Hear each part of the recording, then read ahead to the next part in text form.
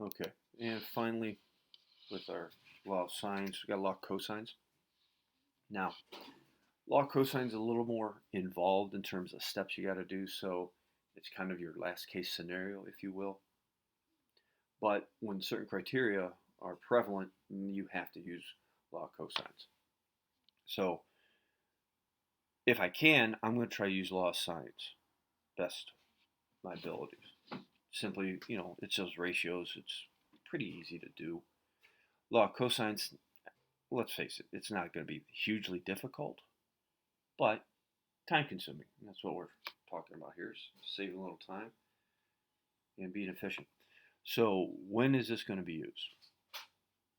When the law of sines doesn't apply. So when you have the measure of two sides and an included angle.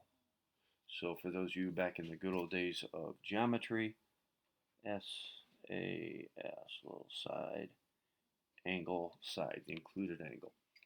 Or three sides. Side, side, side. Oh yeah, good times. And you'll notice here some similarities to Pythagorean's theorem. So depending on what you have depends on which of these three that you will use. Sometimes it also depends on how you label these things. So 1, 2, 3 scenarios. Depending on what you have, depending on what you need to find. If you notice, just thinking out loud here, B and C are prevalent throughout this thing. A is the only side. So if I'm looking for A, this is what I want. A and C are prevalent. So if I'm looking for B, because that's angle B, side B, that's what I'm looking for. Side C, then that's what I want as we go through this stuff. So let's see. And again, three sides, and obviously I can use any one of these to find whichever angle we want to find. So I'm going to give you one example on this one. So this will be one of our shorter sessions of notes. So we got a scuba diver. And obviously they're underwater. They look up 20 degrees and they see a turtle. And it happens to be 9 feet away from them. She looks down 40 degrees and sees a blue parrotfish. That's 12 feet away. How far apart are the turtle and the blue parrotfish? So how far apart are the two animals? So diagram. Yes, that is a scuba diver. Turtle's going to be here. And our blue parrotfish will be here. Sorry, no artist rendition today. So, your floating horizontal vision would be here. We look up 20 degrees. Let's see the turtle. Off of the horizontal, we look down 60 degrees. Nope, I'm sorry. 40 degrees. We're looking down 40 degrees, and we know this is 12 feet away. We know this is 9 feet away. The question is, how far away are the two things? So you can see we got a side, and we're needing to, and we got the angles, so we're needing to find the side. How do you want to label this thing? It's completely your call on how you want to do this. I don't know. Let's just go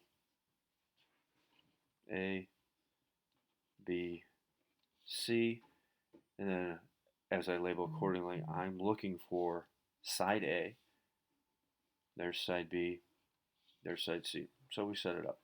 Side A, don't know, A squared equal to B squared plus C squared, and then minus 2 times the product of B and C, so B is 12. I don't know why I wrote it like that, but I did, sorry. And then all times the cosine of angle A, 60 degrees. So we got 144, we got an 81. Excuse me, sorry about that. And minus 216. So we've got A squared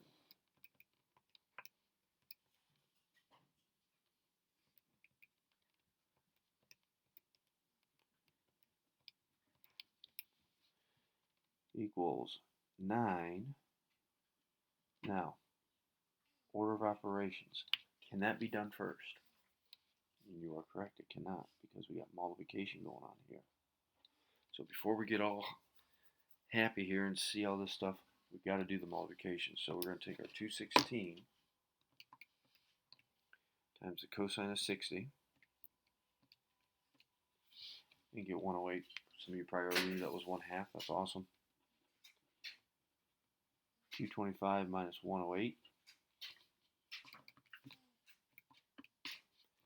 So we've got a squared equals 117, square root on both sides.